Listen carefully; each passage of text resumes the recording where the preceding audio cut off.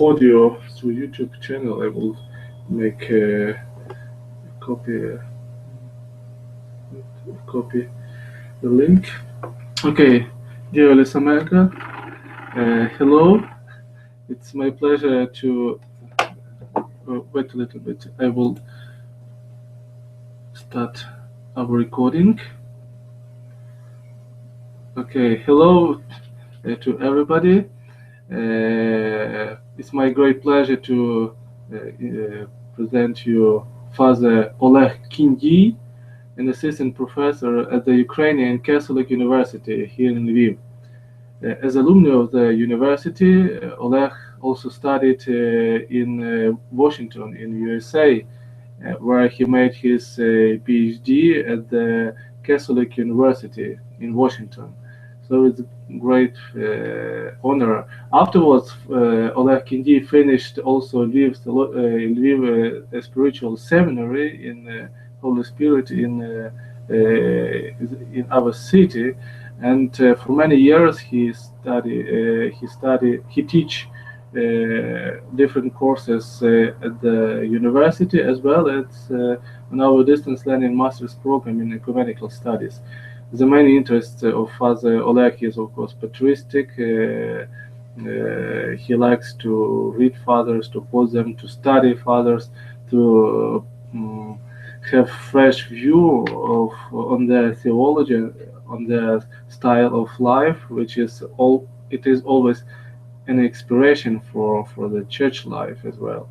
And Father Oleg is interested in ecumenical studies, and has a lot of different friends not only in Ukraine but around the world. And I'm very happy that Father Oleg raised such important question on ecology, and it is a question which was raised also by the Pope Francis in his encyclica, and it would be very interesting to see what fathers saw on the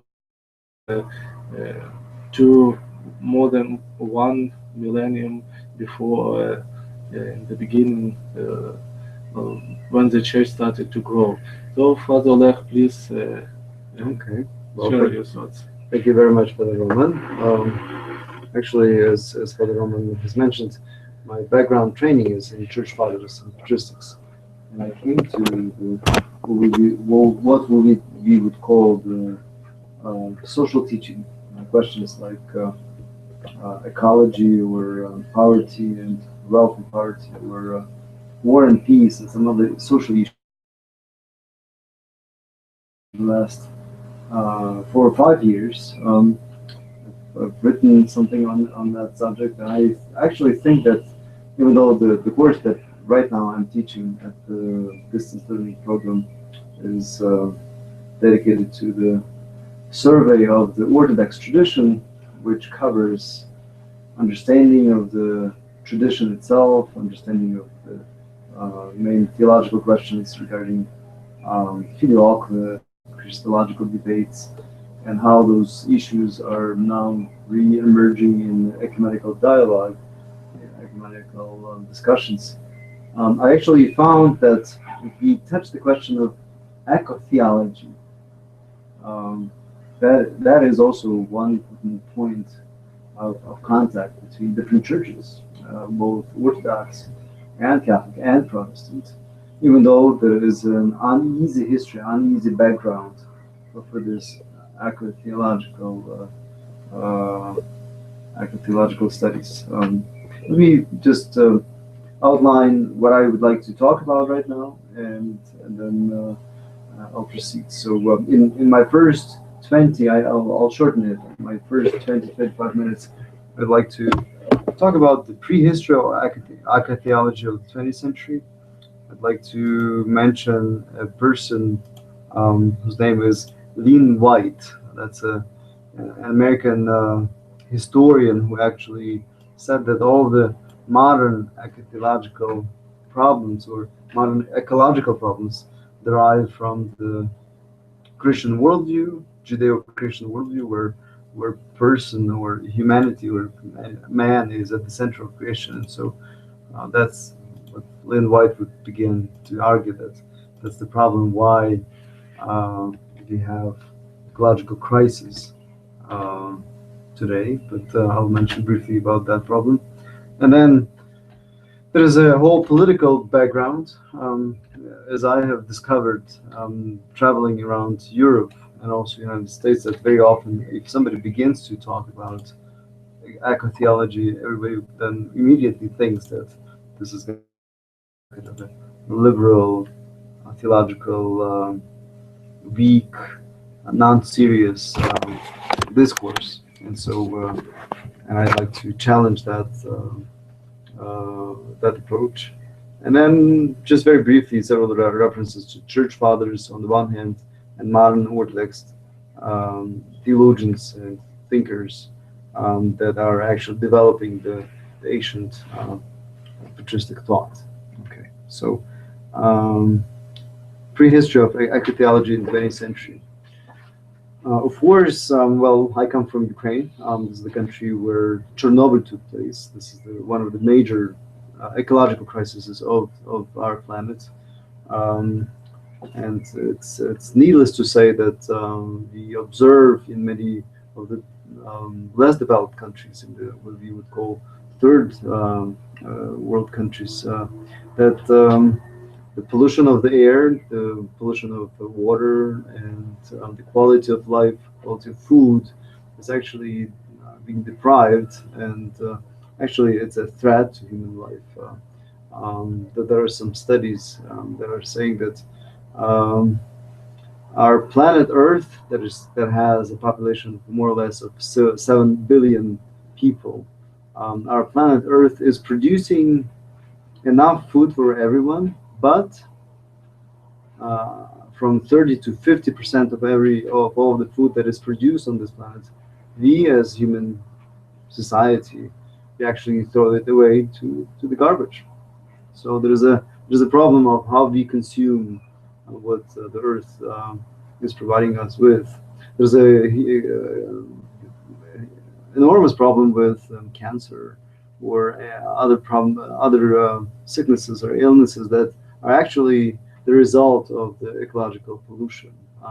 I mentioned the third world countries, but it's also an issue for the better developed countries, Western Europe and the United States. Big cities are all polluted, and this is part of the reality that we are living in. And more scientists and environmentalists are recognizing that this is a danger behind it. Some preachers actually are willing even to present it as an apocalyptic problem challenge. But I'll talk briefly about eschatology in a little while. So let me now turn to a person with the name Lynn White, who in 1960 published a very short and influential article claiming that ecological problems are the result of the Judeo-Christian worldview, because it's the Judeo-Christian religion that, on the one hand, desacralizes Earth. There's this understanding that people should not worship mountains or water or trees, right? So the material world is so there is this desacralization of the world on the one hand, but at the same time, there's this creation story which says that the earth is for us to use. The earth is for us to consume and to be happy by taking the goods of the earth. So there is a shift in mentality, and Lynn White actually claims that even though Christianity was being able to spread out quickly in the first millennium, it's only in the 14th, 15th, 16th century that at least the most populated portion of the world, meaning Europe, Northern Africa, and all the way to Middle East. That's where Judeo-Christian worldview, so to say, flourishes. So that's where the abuse of nature began on the higher scale. And the 20th century is only the time when everything is um, happening so much faster, and therefore this is so much more visible. There is a third dimension of this problem, and I myself, when I was a student and when I taught in the United States, I could see that quite often in many places. That whenever you would say that you are a Christian and you, well, you think that the planet needs to be protected, immediately, in at least in American context, there's this danger of saying or of accepting this kind of discourse connected to some other issues like gay marriage or liberal religious thought. So there's some kind of connection between environmentalism and liberal theology. And I think this is something that needs to be demythologized. This needs to be reconsidered because family life and church teaching on family, that's one thing, and church teaching on environment and on nature should be a different thing, and they should not mingle, even though there are a lot of connections. So in the context of the Orthodox Church of the 20th century, this has been recognized quite early, from the middle of the 20th century. But this is very well seen in the works of the so-called Green Patriarch Bartholomew. There are a lot of good works, a lot of good studies that he actually inspired among Orthodox theologians. I can only mention a couple of them: John Chrysostom, Seraphim Rose, Elizabeth Theokritov, and I can go on and on. There are a lot of good studies on ecotheology. John Zulus and other important figures, important Orthodox theologians, are actually now exploring this question and emphasizing that Church has always was keen on protecting the nature, and everything begins with this important phrase that we read in the Gospel of John, where it says that God loved the world so much that He gave His only begotten Son as a sacrifice for it. So the emphasis is that God loved not only humanity, not only human beings, us people, but also He loved His whole creation. And so His sacrifice on the cross is not only a sacrifice for the people, but for the whole created world. And this is the foundation for our epistemological reflection.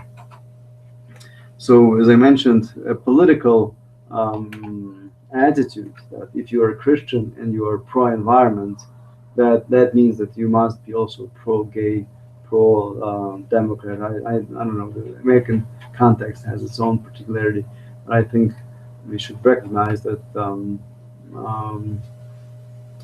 these things should not be mingled. Ecotheology has its own field, its own roots, and its own arguments. Let me come back very briefly to the church fathers, because if you look at any of the modern Orthodox theologians, that's who they are turning to. And I think this is a good source to look into. Of course, the scripture, of course, um, the Old Testament, New Testament passages where creation and the world are very intertwined. Um, Adam is created out of earth, out of clay, and after the sin, Adam goes back to the earth, of course.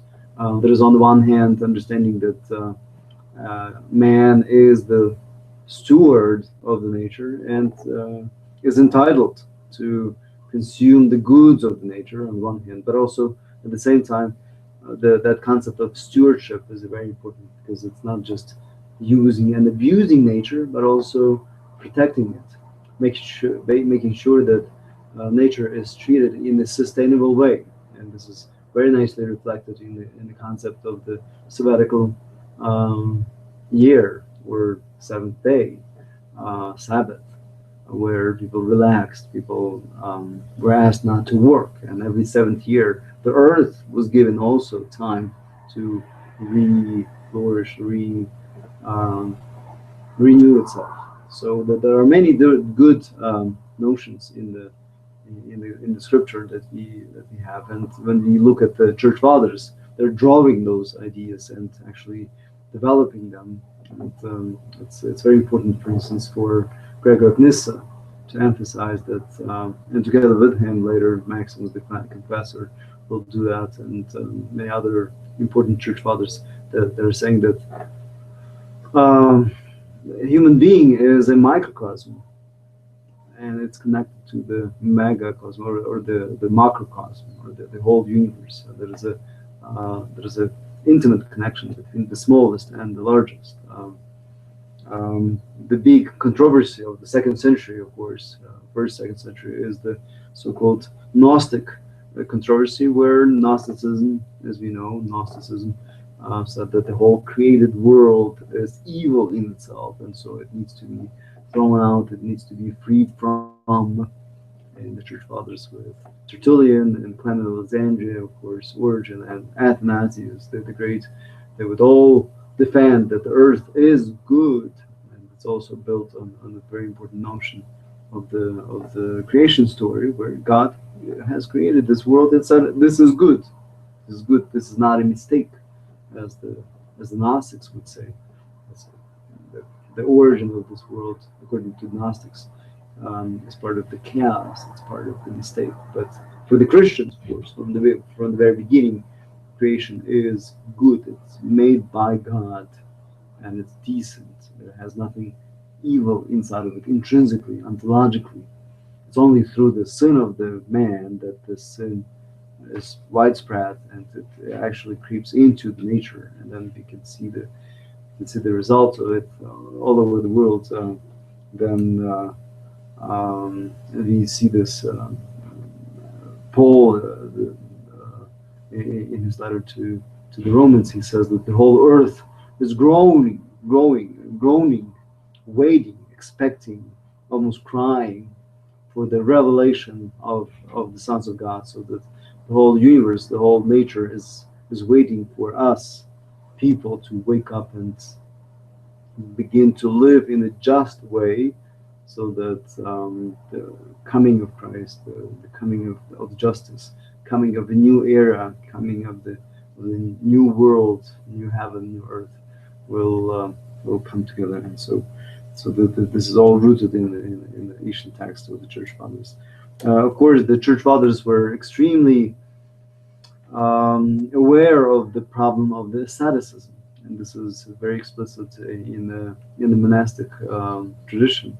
When you read Evagrius of Pontus, or Macarius, or many other ascetics, we would recognize, or the lives of the saints in the desert fathers.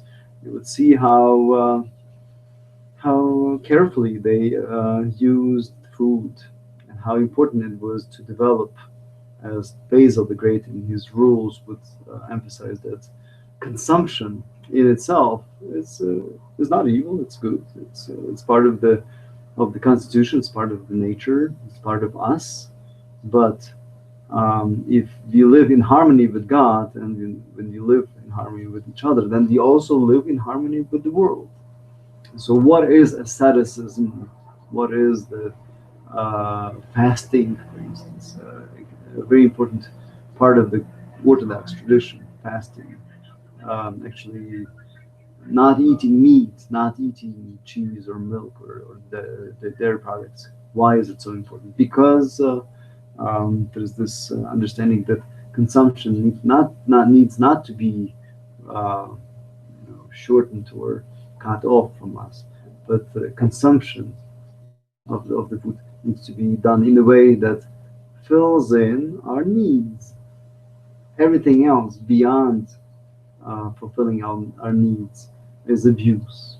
So, well, this is the big question: is how much do I need to be healthy? How much do I need to be fed, to be nourished? Of course, for Basil, this goes not only to the food, but also to the clothing, to to the lifestyle, to the silver, to the to the houses we have around us. Just everything according to your need. Nothing too much. Too much is already introduction of the injustice, because then if somebody has too much, somebody else will have too little, and then that's where the injustice will begin.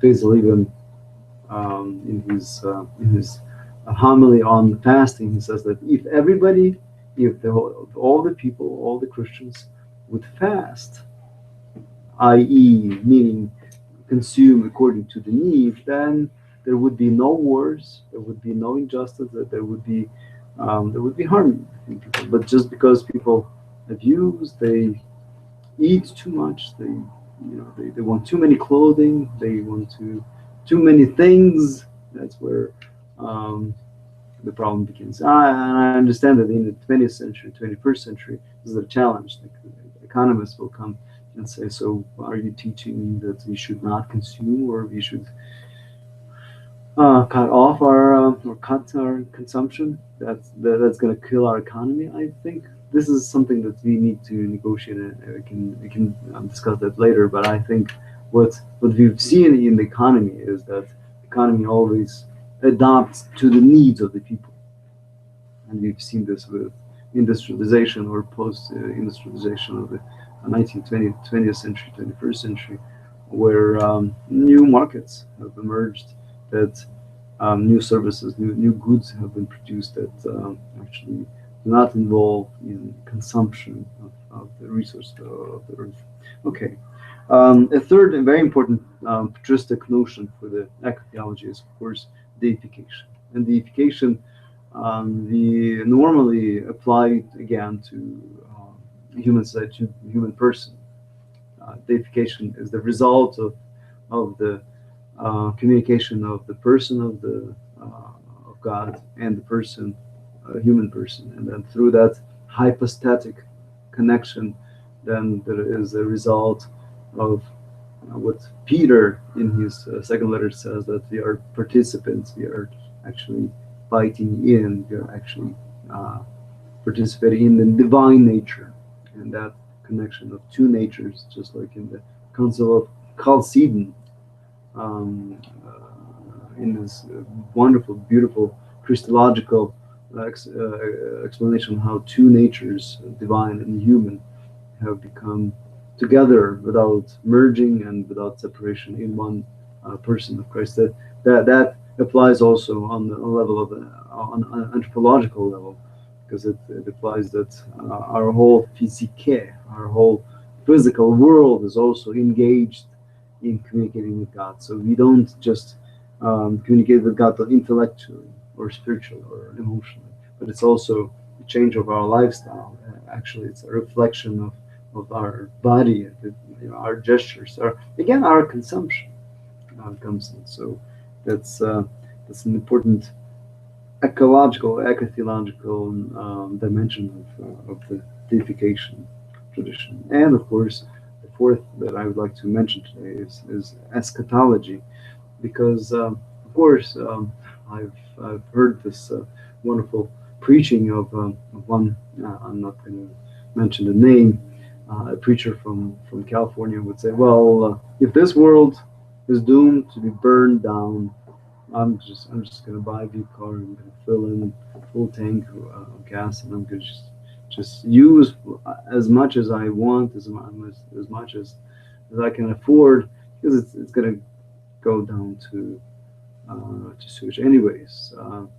And I think that's part of the apocalyptic worldview that some church traditions have developed, that the whole world is doomed to collapse in this tragedy, in this fire, and these punishments, and this very negative end of the world is ahead of us. And a lot of the Christian theologians are using that fear to maybe appeal to the to the consciousness of people, and we hear that here and there that that's being used on the one side. On the other side, um, the Roman Catholic, for instance, approach to this ecotheological eschatology is that the world is doomed according to apocalypses, or the stories that Jesus says before he's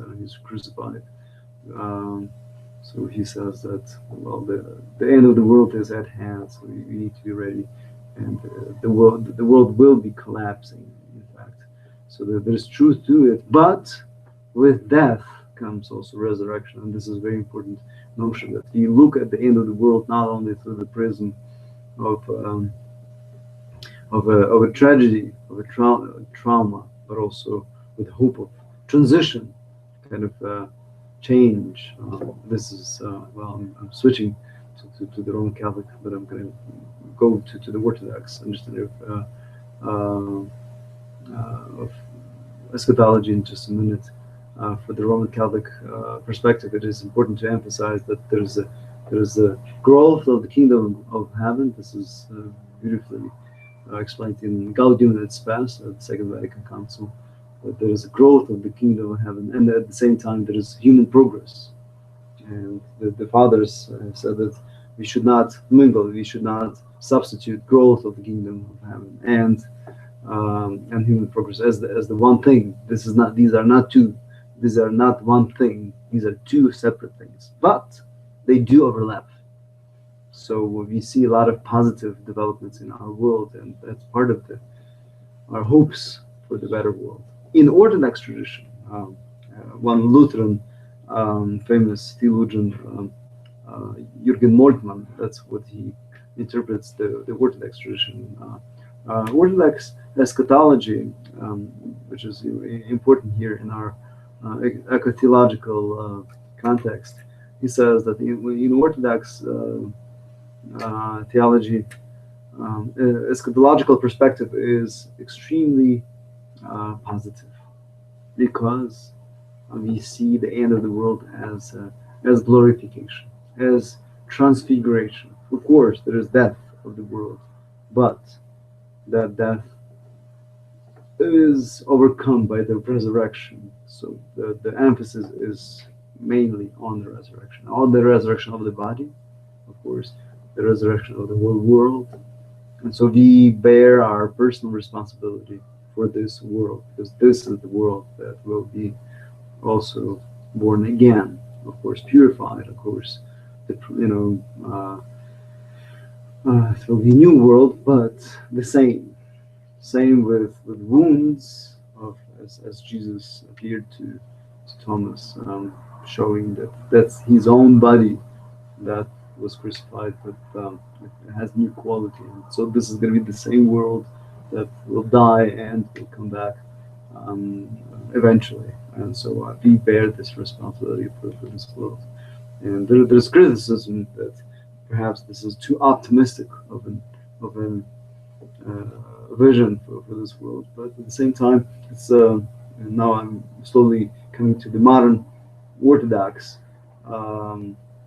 topics, and I'm not going to cover all of them, but at least some of the most important ones. And one of the most important topics is this liturgical, ceremonial understanding of life, in which, in the liturgical setting, the kingdom of heaven has already arrived. So by by singing the Thrice Holy Hymn, by sharing the Eucharist, we are already in that resurrected world. And so when you look at the icons, we already look into the future for us, liturgical, for the Orthodox theological mindset.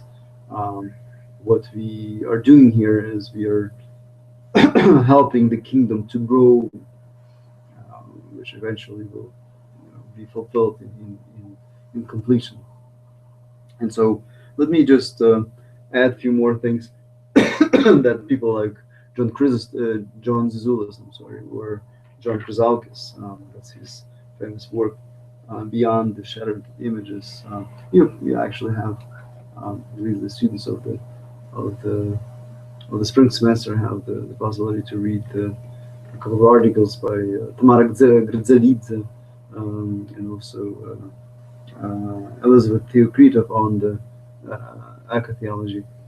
Um, so they emphasize, I'm just going to focus on these four ideas. First, again, that biblical and patristic notion of stewardship. So God has given us this world as pure gift out of love. And so our response to this gift is receiving it with love and also taking care of it. It's not just for us to use and abuse and throw away, but it's also for us to make sure that there is a sustainability, big name for the ecologists, to make sure that our economies are sustainable, that our trees that have been cut off have time to be replanted, and our water that we have consumed have time to be purified and be drinkable again, and on other levels, practical levels, importantly. Second emphasis that I already mentioned is the liturgical context. So Alexander Schmemann and even John Meindorf, and of course John Zizulis, they're emphasizing that John Zizulis beautifully, referring to Maximus the Confessor, he beautifully says that liturgy is the meeting point of heaven and earth. It's not just a meeting point of God and man. It's a meeting point of the whole world and Creator. And so when the priest actually raises the chalice and discus, and he's singing, "Yours of your own, we offer you for all and for all." That means that for all men and for all women. There are some translations like that, but it's emphasized that it's not just people that we are making this offer. It's for the whole created world. And so from this comes this wonderful image that John Zizulis is developing, that all the people, the whole humanity, is a priest for the created world. So birds and mountains and water and trees are able to praise God through human mouth. It's also very biblical when we look at the Psalm 103. This is the psalm that we're singing in Vespers, or through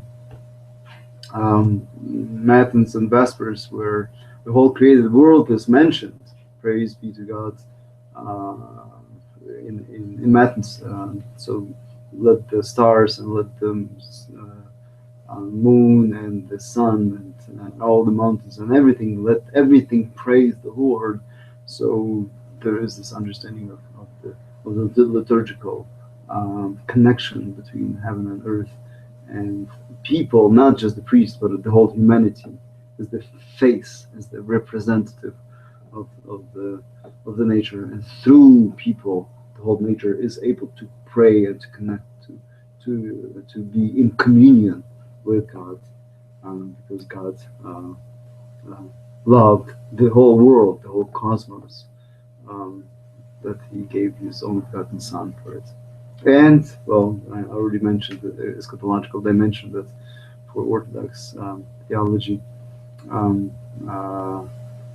it's a matter of how we perceive our vision for the future, where we are heading to.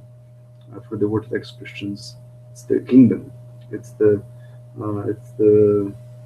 big encounter, and it's not just, again, people who are meeting God, but the whole created world, all living in death, all material, everything, the whole nature is the creation of God, and God holds it, takes care of it, and so will recreate it, will resurrect the whole world.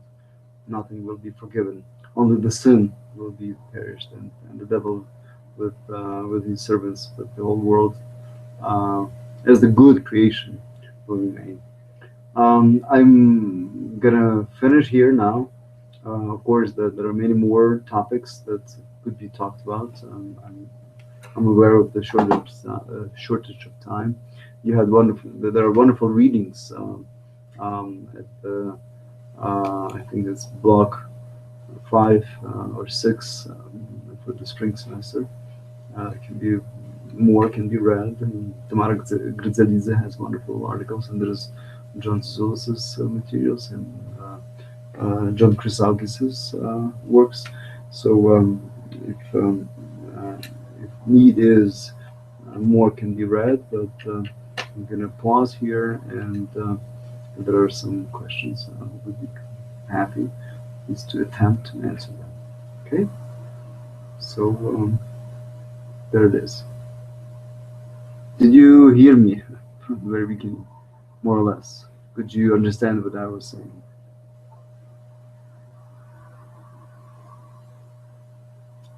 Okay, wonderful, wonderful, wonderful.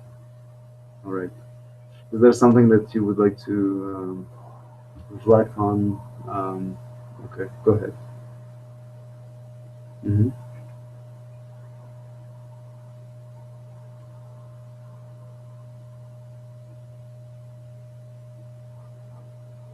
Hmm. Hmm.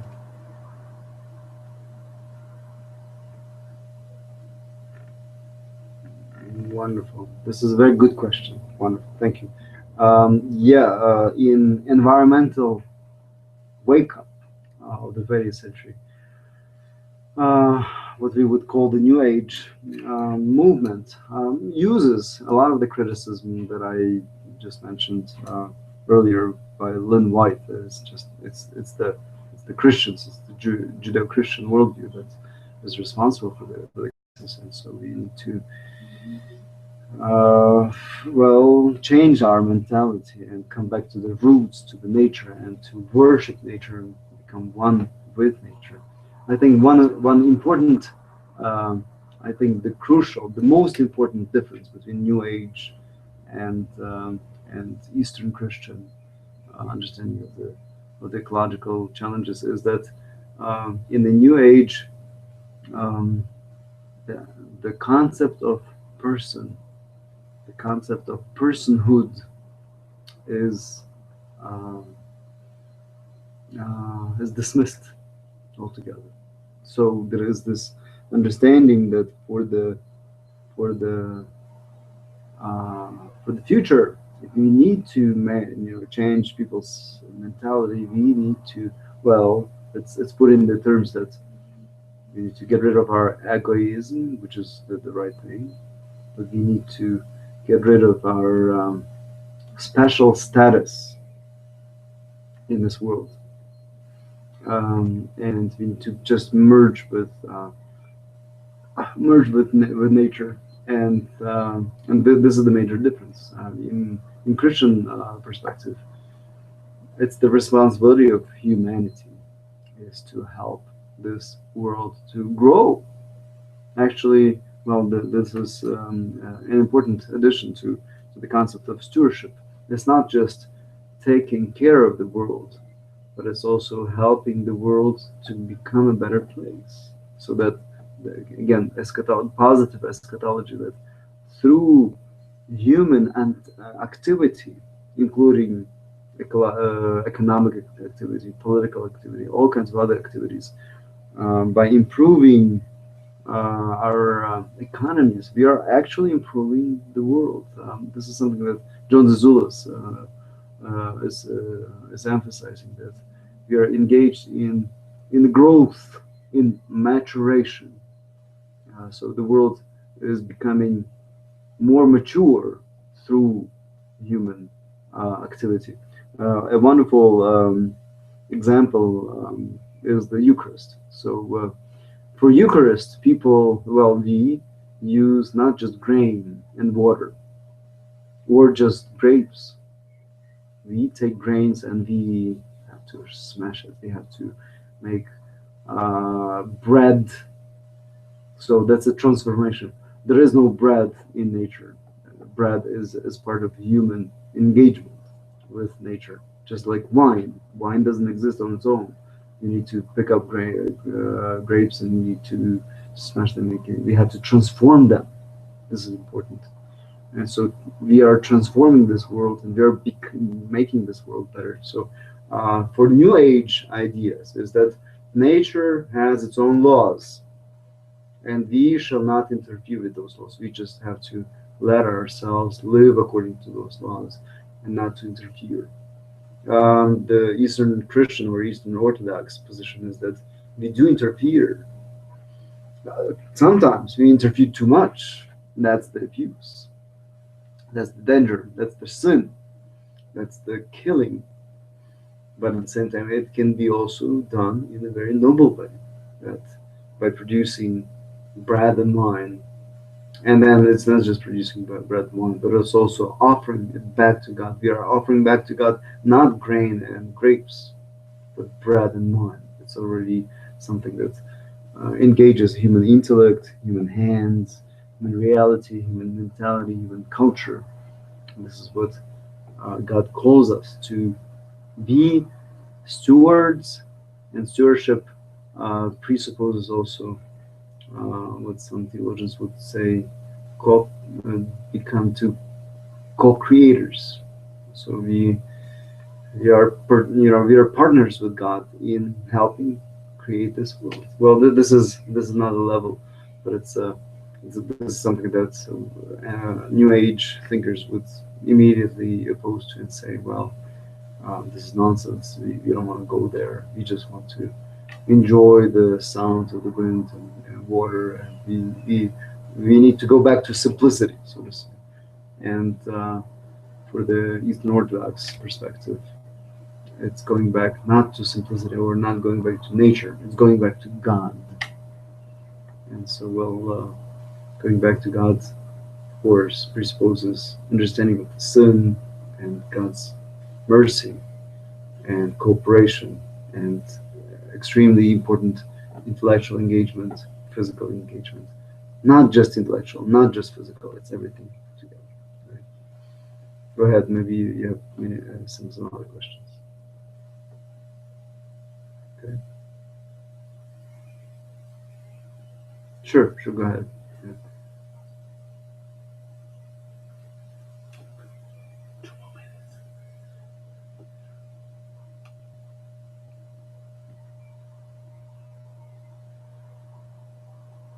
Mm-hmm.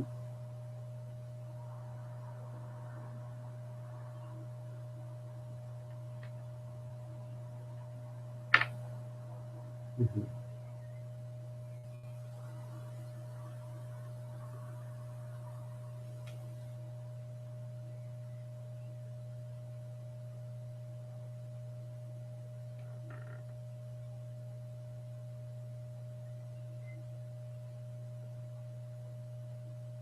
Right.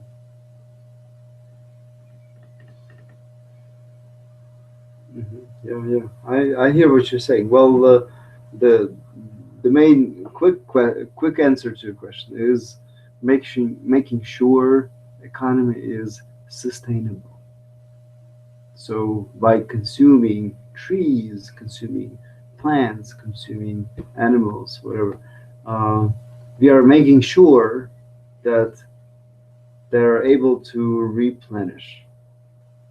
So we've been able to have 3 harvests of rice in China, right? We've invented melioration processes in Israel and planting oranges in the middle of the desert. That's human intellect and it's nature, it's cooperation. There's no problem with that. The problem begins when uh, human activity goes that far. This is where Bartholomew, the Patriarch of Constantinople, will be in one sound together with with Pope Francis. That when we, in his Laudato Si, when we consume that much, that nature is not able to replenish. I think this is the important thing. So consumption in itself is not bad. We need to eat, we need to dress, we need to communicate, we need to build houses, we need to take care of the poor, we need to build roads, but we need to build that in a way that um, we leave this world to our next generations a better place, not a worse place. And so far we've been actually hearing different perspectives. Some would say that we're actually going down the drain. Some say, well, there is a chance for us. For an economist, then, for business people, it's then the challenge. If I build a plant, John Zazoulas has this question, this example. In a Greek village, everybody was poor, but then a person came in and built a factory that was producing toothbrushes. So everybody was happy because then everybody got the job and had more money, and so more happy. But because of the chemical elements, a lot of the wells and water was polluted, and so that caused a lot of the children to get sick. And there's the question for there's a question for the village: do we get rid of the plant? Do we get rid of the business, or we order the business person to make those technologies clean? And so that kind of solves the tension. I think this is the way that um, uh, I can send you more articles by Tamara by Elizabeth Theokritov. She's written more than a dozen of articles actually, dealing with these questions, suggesting to business people that it's not just by producing, but producing in a smart way. So a lot of the new economists are talking about triple P, people, profit, people, planet approach. This is what United Nations actually has just signed into uh, with the development, sustainable development goals for the next 15 years, making economies more smart, more clean, more green, not for the sake of some ideology, just like New Age, but for the sake of um, those vulnerable that are around us, and for the sake of our future generations. All right. I think this is. I appreciate that you raised these two important questions. I also am very glad that you were able to connect and hear. I hope that you'll be able to connect sometimes I again. preserved the video and will send to the students to watch. This Father video. Roman is telling me that there was a recording of this video, of this conversation, so some other students will be able to watch it at their own time, their own possibility. I appreciate your participating again, and all the best to you. Thank you. Bye bye. Thank you.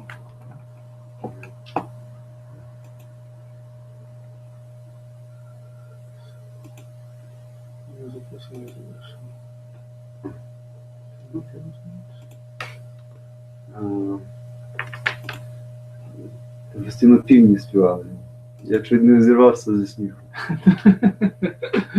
Це була одна з найекологічніших